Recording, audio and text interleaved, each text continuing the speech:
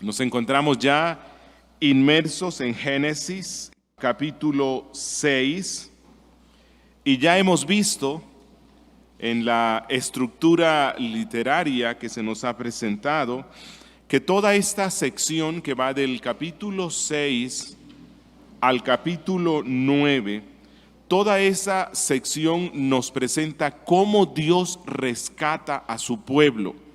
¿Lo rescata de qué? Bueno, ¿cuál es su pueblo? Ya lo hemos visto. Es a lo que Moisés aquí llama los hijos de Dios. Los hijos de Dios que se mencionan en Génesis 6 no se refiere a los seres angélicos, aunque en Job también se les llama hijos de Dios, sino que se refiere a los hombres de la línea de la fe, ¿cierto? Así que Génesis 6 al 9 nos presenta cómo Dios rescata a ese linaje de la fe o a esos hijos de Dios, a esos descendientes de Set. ¿De qué? De la violencia creciente de los cainitas, es decir, los descendientes de Caín. Se habían extendido por toda la tierra y habían llenado la tierra de violencia, de asesinatos. Para colmo, ya hemos visto, los hijos de Dios se enamoraron de las hijas de los cainitas, les parecieron más hermosas que las hijas de los creyentes y entonces mezclaron las dos líneas, la línea de la fe con la línea de Caín. Y el resultado de estos matrimonios mixtos es que la violencia creció aún más.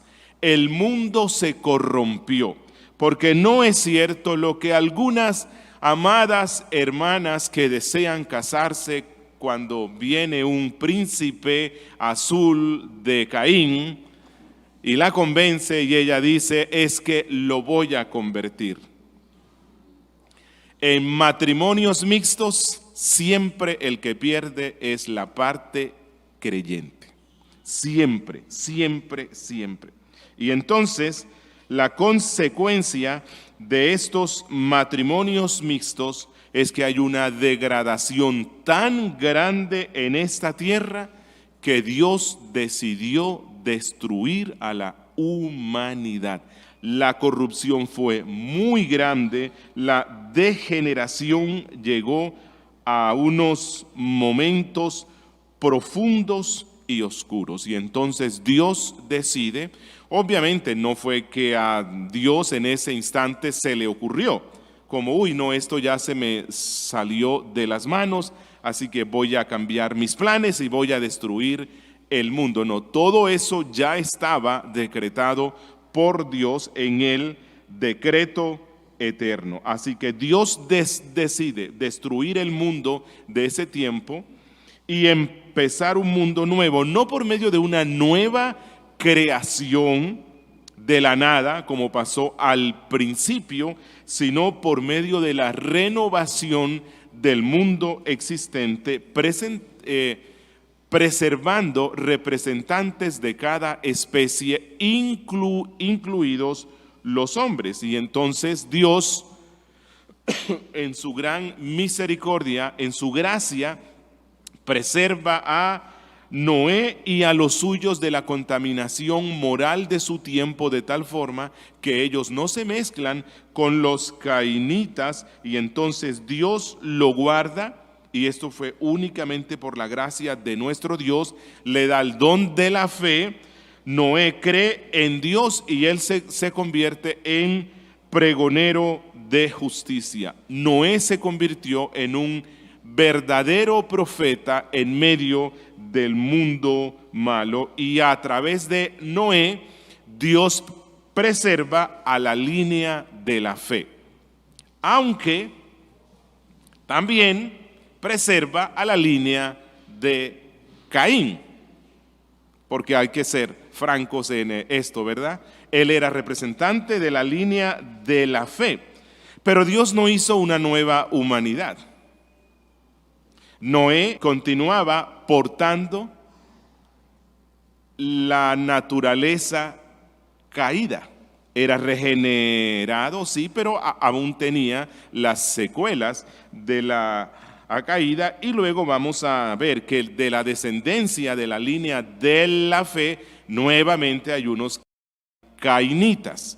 Realmente los cainitas desaparecerán por completo cuando Dios en la segunda venida de Cristo arranque para siempre la cizaña de en medio del trigo y la destruya. Mientras tanto, la cizaña estará siempre con el trigo, y eso pasa hoy dentro de la iglesia visible.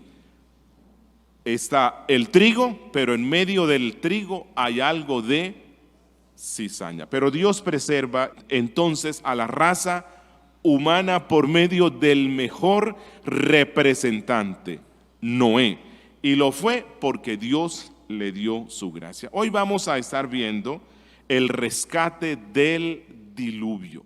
El rescate del diluvio. Y nos vamos a concentrar en tres elementos principales que desarrolla aquí Moisés. Primero, vamos a estar viendo la preparación para el rescate. Preparación para el rescate en el capítulo 6. Vamos a hacer la lectura. Capítulo 6, versos 13 al 22. Dijo pues Dios a Noé: he decidido el fin de todo ser, porque la tierra está llena de violencia a causa de ellos, y he aquí que yo los destruiré con la tierra. Hazte un arca de madera de gofer, harás aposentos en el arca y la calafatearás con brea por dentro y por fuera. Y de esta manera la harás de 300 codos de longitud del arca, de 50 codos su anchura y de 30 codos su altura. Una ventana harás al arca y la acabarás a 1 codo de elevación por la parte de arriba, y pondrás la puerta del arca a su lado y le harás piso bajo, segundo y tercero. Y he aquí que yo traigo un diluvio de agua sobre la tierra para destruir toda carne en que haya espíritu de vida debajo del cielo. Todo lo que haya en la tierra morirá. Mas estableceré mi pacto contigo y entrarás en el arca tú, tus hijos, tu mujer y las mujeres de tus hijos contigo. Y de todo lo que vive de toda carne, 2 de cada especie meterás en el arca, para que tengan vida contigo, macho y hembra serán. De las aves según su especie y de las bestias según su especie, de todo reptil de la tierra según su especie, 2 de cada especie entrarán contigo para que tengan vida. Y toma contigo de todo alimento que se come y almacénalo, y servirá de sustento para ti y para ellos. Y lo hizo así Noé. Hizo conforme a todo lo que Dios le mandó. Bien, en esta sección Dios habla con Noé. Recuerden, él era profeta, ¿verdad? Dios está hablando con él y hace un pacto. Hace un pacto de preservación. Recuerden que Dios, cuando se relaciona con el hombre en su gracia, es por medio de pactos. Así que aquí hay un pacto. ¿Quién es el que está haciendo el pacto? No es Noé. Es falsa la práctica que hay hoy de algunos cristianos que pretenden hacer pactos con Dios. Es imposible para el hombre hacer un pacto con Dios, porque los pactos se hacen entre iguales, pero en este caso nosotros no somos iguales a Dios. Él es nuestro creador, así que él, en todo pacto relacionado con Dios, él toma la iniciativa, él pone las reglas, y este es un pacto de gracia. Dios decide preservar a Noé, su familia y algunos animales. Y entonces Dios le habla y le dice: he decidido la destrucción de esta tierra, y le da instrucciones precisas de cómo Dios lo preservará. Y le dice: Noé, tú y los tuyos deben hacer esto para que se preparen para ese juicio, para que no sean arrasados con ese juicio que yo voy a enviar sobre toda la tierra, y te voy a dar instrucciones precisas de cómo vas a preservar a las especies de animales que he puesto sobre la tierra, porque no voy a empezar otros 6 días de la creación. No, lo que ya está hecho, eso es lo que voy a preservar. Y el medio de preservación va a ser un barco muy grande. Un barco muy grande, dice Dios, que hecho de madera de gofer. No se sabe cuál era esa clase de madera. Probablemente madera de ciprés, probablemente madera de cedro. ¿Por qué el medio de preservación debe ser una caja muy grande hecha de madera? Porque Dios iba a destruir al mundo por medio de una inundación de agua, y la madera seca iba a flotar en el agua, y esa es la razón por la cual Dios le dice que debe calafatearla. Calafatear lo que significa es poner brea en medio de las junturas de tal forma que no se entre agua. Iba a impermeabilizarla, y entonces este barco gigantesco iba a flotar cuando viniera el juicio. Pregunto, ¿podía Dios salvar a Noé, a su familia y a las especies que iba a salvar milagrosamente? Enviando ángeles que los levantaran mientras pasaba ese juicio. Claro que sí, Dios lo podía hacer. Dios es todopoderoso. Pero algo que nos muestra la Biblia es que los caminos de Dios en muchas ocasiones incluyen la responsabilidad humana. ¿Pudo haber bajado Dios del cielo un arca sin necesidad de que Noé tomara años, porque tuvo que ser muchísimos años, hacer un barco en el cual se necesitó, se cree, que se cortara más de 5,000 árboles grandes? Eso tomó muchísimo tiempo, probablemente 100 años. Dios pudo hacerlo, pero recuerden, en muchas ocasiones Dios, para el cumplimiento de sus planes, incluye la responsabilidad humana bajo la gracia. Dios decidió salvar a Noé por gracia. Pero Pablo dice que debemos ocuparnos en nuestra salvación con temor y temblor. Dios es el que nos salva por gracia, pero Dios incluye nuestra responsabilidad humana bajo la gracia, influenciado por el poder de la gracia para que se cumplan sus propósitos. Y entonces Dios pone a Moisés y a los suyos a construir este barco gigantesco. Y es que la obediencia, mis hermanos, la obediencia es una prueba de estar bajo la gracia. La obediencia es una prueba irrefutable de que la gracia de Dios está obrando en el corazón, de que Dios ha salvado a dicha persona. La diligencia en usar los medios de gracia es una evidencia de que estamos en gracia delante de los ojos de Dios. Así que Moisés en toda esta sección nos dice que, siendo que Noé era un hombre de fe, que tenía un corazón regenerado, obedeció el mandato de Dios y durante muchos años estuvo construyendo un arca, y supongo que era objeto de las burlas de los vecinos porque el mar no estaba allí al pie. Y un barco tan grande, sin proa, sin popa, porque esto en realidad no era un barco, era una caja. Él tuvo que ser objeto de burla, y miren lo que construye él. Para ese tiempo era algo muy grande.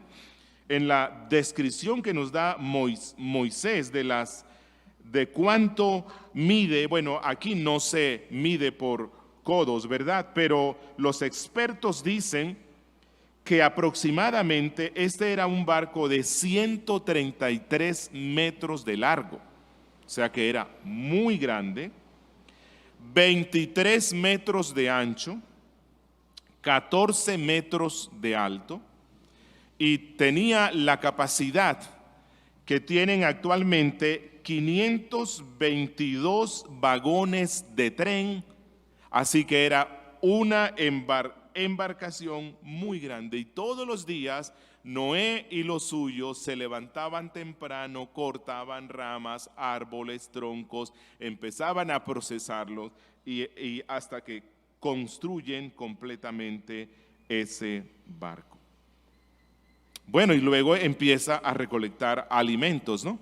Porque Dios le ordena que recolecte alimentos, y los vecinos estaban viendo, pero ¿y este hombre qué le pasa? ¿Qué hace él? Construye una casa tan grande, tan fea y tan rara, y está metiendo alimentos allí, ¿verdad? Ok, Dios le ordena. En ese pacto hay una responsabilidad que Noé debe cumplir: construir un barco muy grande, llenarlo de alimentos.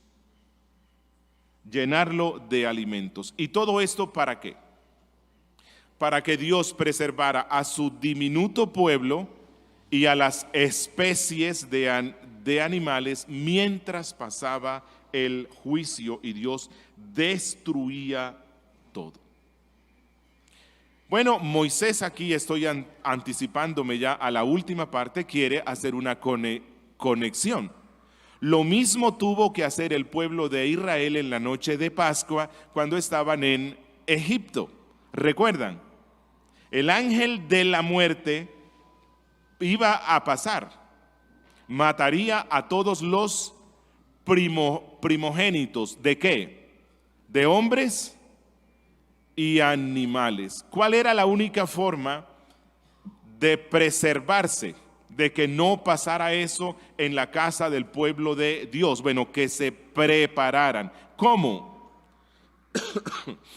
Tenían que sacrificar un animal y untar la sangre en la puerta. El que hiciera eso estaba cumpliendo con el pacto y estaba mostrando que creía realmente en Dios. Y todos los que hicieron eso, cuando pasó el juicio sobre Egipto, no fueron afectados. Pero en segunda instancia, observemos en el capítulo 7, del verso 1 al 9, el último llamado para el rescate. Y esto es importantísimo. El último llamado para el rescate. Miren lo que dice Génesis 7 del 1 al 9. Dijo luego Jehová a Noé: entra tú y toda tu casa en el arca, porque a ti he visto justo delante de mí en esta generación. De todo animal limpio tomarás 7 parejas, macho y su hembra, mas de los animales que no son limpios, una pareja, el macho y su hembra. También de las aves de los cielos 7 parejas, macho y hembra, para conservar viva la especie sobre la faz de la tierra, porque pasados aún 7 días, yo haré llover sobre la tierra 40 días y 40 noches, y raeré de sobre la faz de la tierra a todo ser viviente que hice. E hizo Noé conforme a todo lo que le mandó Jehová. Era Noé de 600 años cuando el diluvio de las aguas vino sobre la tierra, y por causa de las aguas del diluvio entró Noé al arca, y con él sus hijos, su mujer y las mujeres de sus hijos, de los animales limpios y de los animales que no eran limpios, y de las aves y de todo lo que se arrastra sobre la tierra. De 2 en 2 entraron con Noé en el arca, macho y hembra, como mandó Dios a Noé. Quiero que empecemos esta sección observando algo. ¿Cuántos iban a ser los salvos? ¿O cuántos eran los salvados por gracia? 8 personas. ¿Acaso en el mundo ya no existían millones? Claro que sí. ¿Qué pasó con esos hijos de Dios que se mezclaron con las hijas de los hombres? Se habían vuelto mundanos. Solo estaba un remanente muy pequeño. La iglesia de Dios prácticamente había desaparecido de la tierra. ¿Por qué? Porque se mezclaron con el mundo. Porque habían hecho un pacto mundial de convenio entre la iglesia de Dios y el sistema mundano. Y Dios, por pura gracia, guardó un remanente muy pequeño de 8 personas, los cuales no se mezclaron con el mundo. Y esto nos muestra, hermanos, que en la iglesia de Dios visible, o sea, la iglesia tal como la vemos los hombres, la mayoría termina mezclándose con el mundo. Eso pasó en el tiempo de Noé, pasó en el tiempo de Israel, pasó en el tiempo de Cristo, pasó en la historia de la iglesia y les aseguro, la iglesia de hoy no es la excepción. Buena parte de aquellos que se hacen llamar cristianos no se mantienen puros y terminan mezclándose con el mundo y siendo condenados con el mundo. Porque primera de Juan 2:15 dice: no améis el mundo ni las cosas que están en el mundo. Si alguno ama al mundo, el amor del Padre no está en él. Y eso pasó con los descendientes de Set. Amaron al mundo y al sistema del mundo y terminaron formando parte del mundo y siendo juzgados con el mundo. Algo que se nos dice aquí es que Noé era justo, ¿cierto? A ti he visto justo delante de mí. ¿Qué significa esto que él era justo? Bueno, él no era justo por sí mismo. Si llegó a ser justo es por la pura gracia de Dios. Noé había nacido en pecado como el resto de los hombres. Él no tuvo un nacimiento inmaculado. No, él nació siendo pecador. Era justo ¿por qué?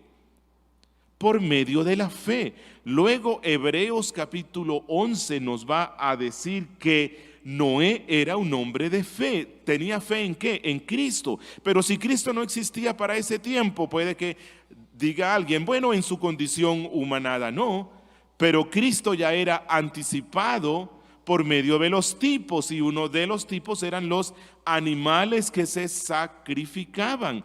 Noé, recuerdan que cuando pasa el diluvio, ¿qué es lo primero que hace él cuando abre las puertas y se encuentra con la nueva tierra? ¿Qué es lo primero que hace él? Ofrece sacrificios en el altar. Noé creía en Cristo, anticipándose al sacrificio de Cristo, sacrificando animales. Y entonces Noé tuvo fe. Y a causa de esa fe, como en el caso de Abraham, fue justificado por Dios. Y otra cosa más, es que él evidencia esa fe por medio de la obediencia.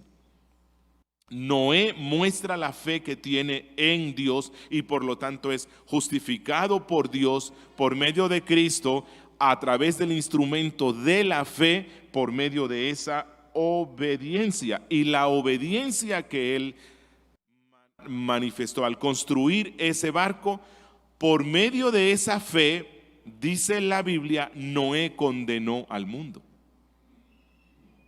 Sí, Noé condenó al mundo por medio de esa fe, es lo que dice Hebreos 11:6. Con cada martillazo que Noé daba sobre la madera, él estaba pregonando al mundo: arrepiéntanse, arrepiéntanse, porque Dios está disgustado en gran manera con esta generación malvada. Y cada vez que serruchaban la madera, el serrucho lo que le recordaba a las personas es: vuestros pecados son tan ofensivos delante de Dios que Dios va a destruir esta tierra. Arrepiéntanse. Primera de Pedro, el capítulo 3, verso 19 al 20. Pedro allí dice que por medio de Noé y la construcción del barco, el Espíritu de Cristo estaba predicándole a las almas encarceladas en sus pecados de su tiempo. Casi 100 años Noé estuvo anunciándole al mundo: la destrucción vendrá si no se arrepienten. Miren lo que dice Primera de Pedro 3, 18 al 20.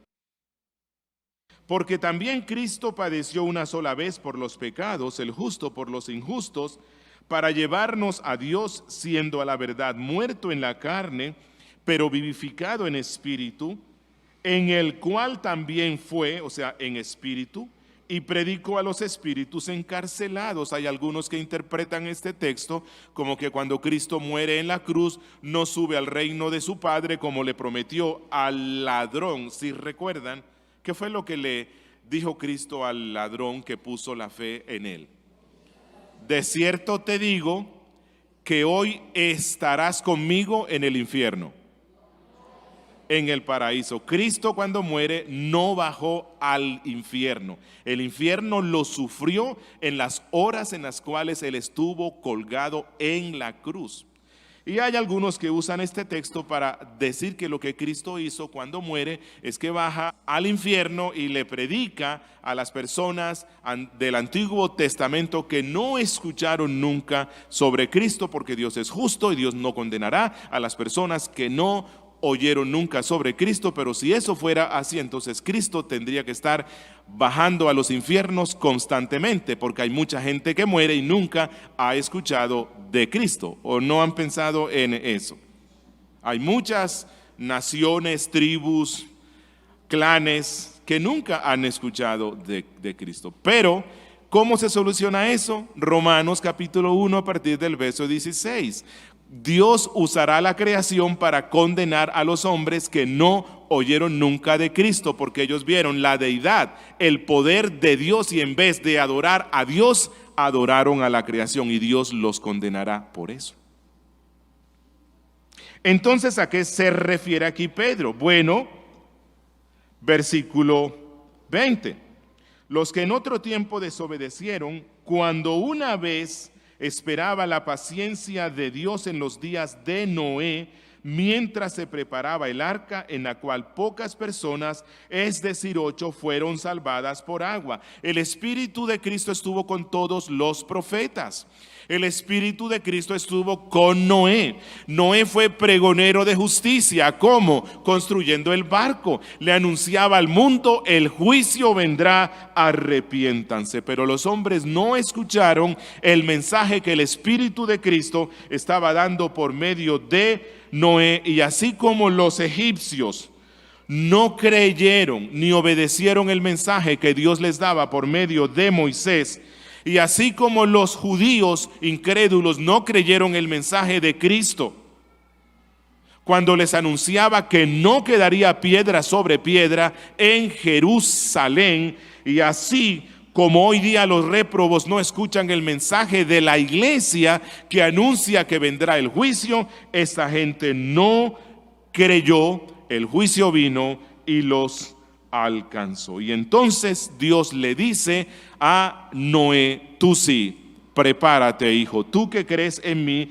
prepárate, porque el juicio vendrá. Y entonces resguárdate tú y los tuyos, y resguarda animales. Miren que en el verso 2 y 3 dice: de todo animal limpio, 7 parejas, de los inmundos, entonces de los que no son limpios, 2.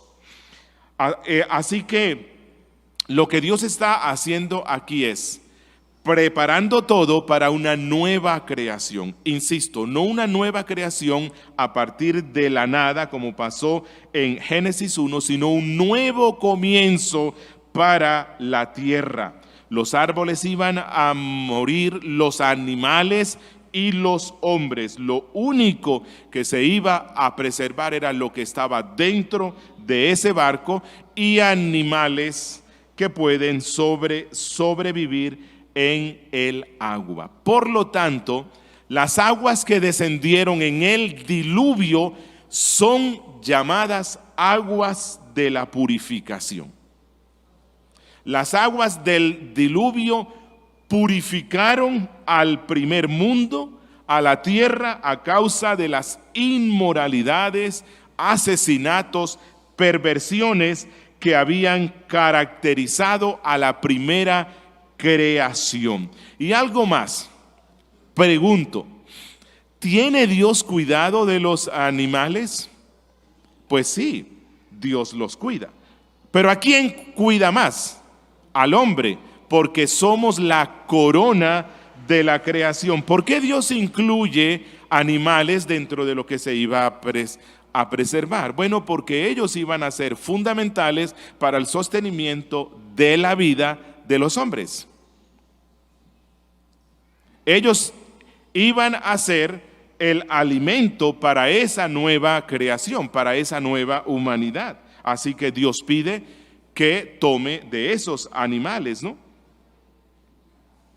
Las plantas iban a morir, pero ellas, luego que se secara todo, iban a revivir. En el caso de los animales, si se morían todos los animales, los hombres no tendríamos cómo sobrevivir entonces. Y esa es la razón por la cual Dios incluye dentro de los que van a ser rescatados animales. Y Dios hace aquí una distinción entre animales limpios y animales no limpios. ¿Por qué Dios pide que se metan 7 parejas de animales limpios mientras que solo pide que sean 2 de los no limpios? Bueno, porque los animales limpios sirven para la alimentación del hombre. Y también porque los animales limpios, como luego Moisés le enseña al pueblo, iban a servir ¿para qué? Para los sacrificios, para las ofrendas agradables delante de Dios. Pero algo más en esta segunda sección, y es que en el verso 4 Dios dice, porque pasados aún 7 días. Miren esto. Han pasado 120 años desde que Dios anunció que la vida sobre la tierra iba a ser exterminada. Ya se cumplieron los 120 años. El juicio viene. Pero adicionalmente Dios da 7 días. Eso nos recuerda lo que la Biblia dice, que Dios es lento para la ira y grande en misericordia. Tomó 120 años y adicionalmente dice, oiga, les voy a dar 7 días más para que se arrepientan. Dentro de 7 días cerraré la puerta y cuando Dios cierra, nadie abre. Se acabará el tiempo de gracia y cuando Dios dice no hay más gracia, no hay más gracia. 7 días más. Y nadie quiso creer. Noé empezó a guardar a los animalitos, empezó a guardar alimentos, a guardar todo. Y el pueblo estaba viendo, Noé les insistía, en 7 días se acabará todo. Y nadie quiso creer. Esa es la razón por la cual Hebreos 11:7 dice, por la fe Noé, cuando fue advertido por Dios acerca de cosas que aún no se veían, con temor preparó el arca en que su casa se salvase y por esa fe condenó al mundo y fue hecho heredero de la justicia que viene por la fe. Y luego de los versos 10 al 16, y este es el tercer elemento que nos presenta Moisés, encontramos la ejecución del rescate. Ejecución del rescate. Miren lo que dice: y sucedió que al séptimo día las aguas del diluvio vinieron sobre la tierra, el año 600 de la vida de Noé, en el mes segundo, a los 17 días del mes. Aquel día fueron rotas todas las fuentes del grande abismo, y las cataratas de los cielos fueron abiertas, y hubo lluvia sobre la tierra 40 días y 40 noches. En este mismo día entraron Noé y Sem, Can y Jafet, hijos de Noé, la mujer de Noé, y las 3 mujeres de sus hijos con él en el arca, ellos y todos los animales silvestres según sus especies, y todos los animales domesticados según sus especies, y todo reptil que se arrastra sobre la tierra según su especie, y toda ave según su especie, y todo pájaro de toda especie. Vinieron pues con Noé al arca de 2 en 2 de toda carne, en que había espíritu de vida.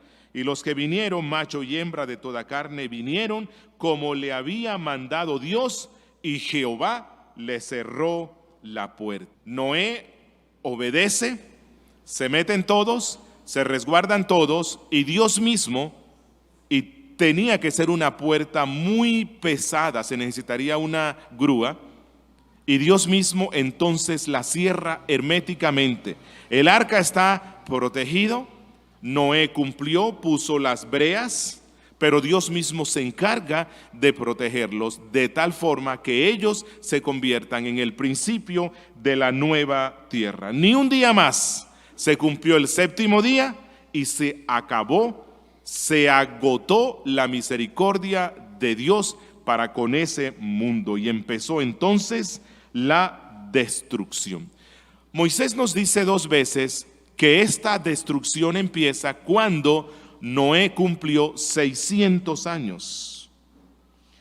¿Qué es lo que nos quiere recordar Moisés? Bueno, que Noé era un hombre ya maduro, era un hombre que había consolidado su comunión con Dios, que había tenido suficiente tiempo de anunciar a su familia el evangelio del reino y la destrucción que vendrá.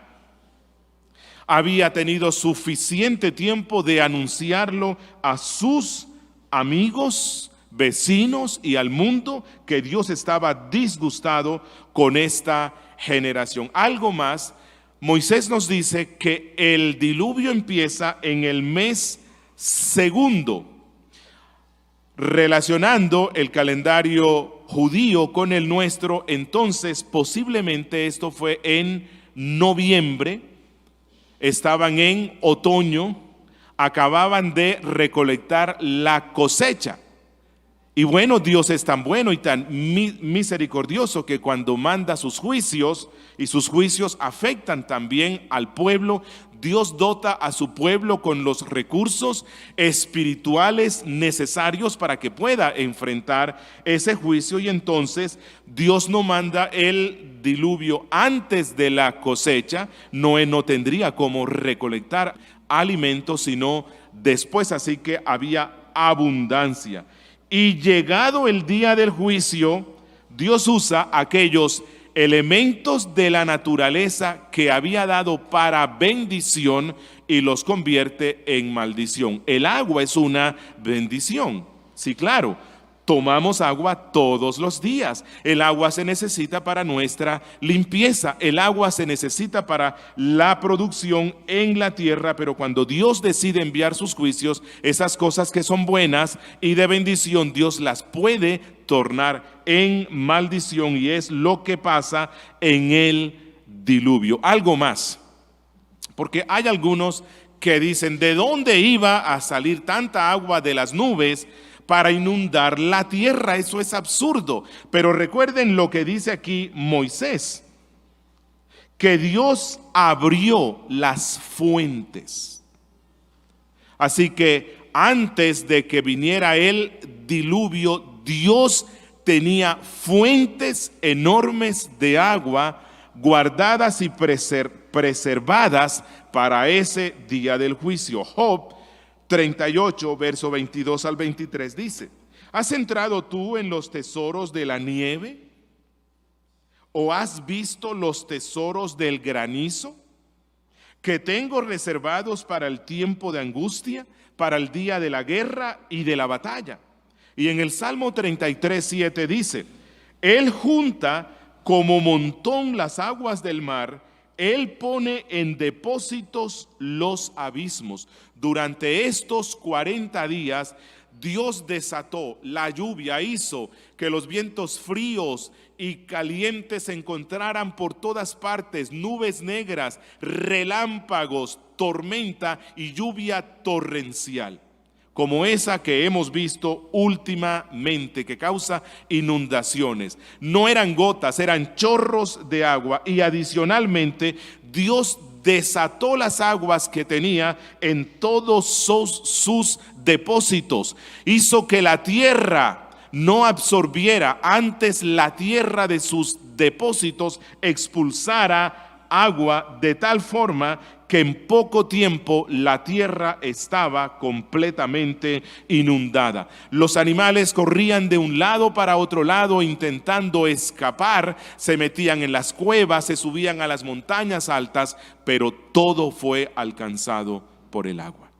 Y en poco tiempo, lo único que se podía ver era agua, agua y agua. Ya no se escuchaban pájaros, no se escuchaba gente, no se escuchaba absolutamente nada, solamente el sonido de las aguas. Y a lo lejos se veía como una casa muy grande flotando. Allí estaba el rescate. Dios había rescatado a Noé y a los suyos y a los animales, 2 de cada especie no limpia, 7 de cada especie limpia. Y Dios había desatado su juicio, pero había preservado a su pueblo. Había preservado a los suyos. Esta es la historia. ¿Cuál es la conexión que Moisés quiso hacer con los lectores originales y con nosotros hoy? Bueno, voy a hacerlo rápidamente porque el tiempo se nos fue. Recuerden que cuando Moisés escribe esto, Dios estaba rescatando al pueblo de Israel de la violencia cainita. Violencia que vieron en Egipto, violencia que iban a ver en la tierra de Canaán. Ellos pronto iban a empezar la conquista de la tierra prometida, que era el regreso al jardín. Y ellos iban a ver cómo los juicios de Dios iban a descender sobre Jericó y sobre todas las ciudades de Canaán, porque ellos estaban llenos de violencia. Y Dios estaba diciéndole por medio de Moisés: ¿quieren ser preservados por Dios? Aléjense de la violencia del mundo. Aléjense de la incredulidad y la desobediencia del mundo. ¿Cómo fue salvo Noé? Dios lo salva por gracia por medio de la fe obediente. Hagan lo mismo. Una conexión más. Así como Noé y su familia tuvieron que pasar por el bautismo de la inundación de las aguas, Israel tuvo que pasar por el bautismo del Mar Rojo. Esto es lo que dice Pablo en 1 Corintios 10, verso 1 y 2. Porque no quiero, hermanos, que ignoréis que nuestros padres todos estuvieron bajo la nube, y todos pasaron el mar, y todos en Moisés fueron bautizados en la nube y en el mar. Así que aquí hay otra conexión. Otra conexión que Moisés quiere hacer es la relación entre el relato del rescate del diluvio y el rescate de los israelitas de Egipto y el acompañamiento de los animales. Cuando Dios rescata a Noé, también le pide que traiga animales.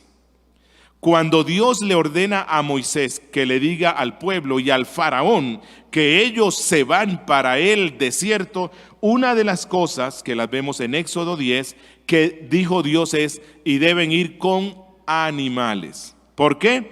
Para el sustento Las escrituras no son vegetarianas, o por lo menos no al 100%, ¿verdad? Y especialmente ¿para qué? Para el sacrificio a Dios. Otra conexión es la diferencia que hay entre lo santo y lo profano. Moisés luego en sus leyes le va a enseñar esto al pueblo, así que ya está anticipándose y les muestra que cuando Dios rescata a los animales, hace la diferencia entre lo limpio y no lo que no es limpio, lo limpio y lo inmundo, y esto lo hace por medio de la separación de animales. Los limpios se usaban para la alimentación del pueblo santo y el culto y los sacrificios y la ofrenda agradable a Dios, y los inmundos o no limpios se necesitaban porque ellos se comían las mortecinas y otras labores no tan limpias en medio de la creación. Por cierto, los animales limpios se usaban para el sacrificio porque ellos apuntaban ¿a quién? A Cristo, el puro, el limpio, el santo, el que nos limpia de toda la inmundicia. Y otra conexión que Moisés quiere hacer es que así como hubo 7 días de alargamiento de la paciencia y de 7 días en los cuales Noé recauda todo lo que se necesitaba para el inicio de esta nueva creación, lo mismo, los últimos días del pueblo de Israel en Egipto fueron días de preparación para un nuevo pueblo en una nueva tierra. Por cierto, lo mismo pasó, los desenlaces finales de la semana de pasión de Cristo fueron usados para completar la obra de redención y que todo estuviera listo para la nueva creación, es decir, la iglesia. Y concluyo rápidamente con algunas implicaciones para nosotros hoy. Y hay que relacionarlo necesariamente con el agua. En la Biblia a todo esto se le llama como un bautismo de purificación con agua. La destrucción que Dios da al mundo por medio del diluvio, el paso de Israel por en medio del Mar Rojo. Pero lo mismo pasa con los cristianos. La iglesia debe ser purificada por el agua de la purificación. Por esa razón, los cristianos practicamos el bautismo y especialmente el bautismo por inmersión. No que el agua tenga la capacidad de purificarnos espiritualmente, pero cuando somos sumergidos en el agua, nuestro cuerpo es limpiado, lo cual está dando testimonio de que por medio de la fe en Cristo y de su sangre derramada en la cruz, nosotros hemos sido limpiados de la inmundicia cainita que nos caracterizó desde el principio. Ya hemos pasado por el diluvio. Ya no vamos a ser condenados con el mundo. Somos limpios y andamos como limpios en medio de ese mundo. Miren lo que dice Primera de Pedro 3:18 al 22. Se los leo rápidamente.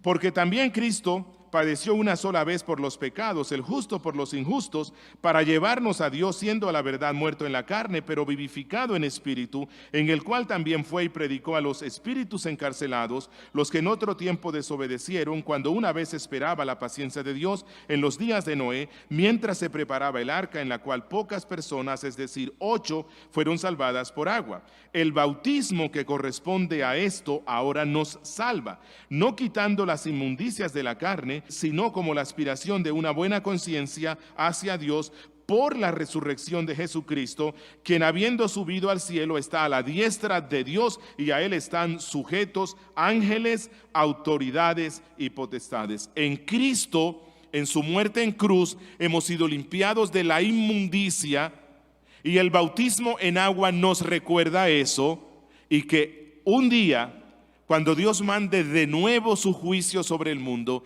que ya no será con agua, sino con fuego, nosotros ya estamos cubiertos en Cristo, rescatados en Cristo, y entonces vamos a ser librados de esa ira. Amigo, te pregunto, ¿estás en el arca que es Cristo? ¿Has sido limpiado de las inmundicias de este mundo? Estamos en la última semana de la paciencia de Dios. Y muy pronto sonará la trompeta. La tierra y los cielos y todos los elementos que en ella hay arderán por el fuego purificador, que va a crear una nueva tierra y un nuevo cielo donde nunca más habrán cainitas. Y solo seremos preservados los que estamos cubiertos por la sangre de Cristo. Amigo, te invito para que hoy pongas tu fe en Él y te arrepientas de tus pecados. Oremos. Padre nuestro, gracias por tu palabra y por recordarnos estas verdades esenciales del Evangelio por medio de esta historia real del diluvio. Bendícenos, oh Dios, en Cristo Jesús. Amén.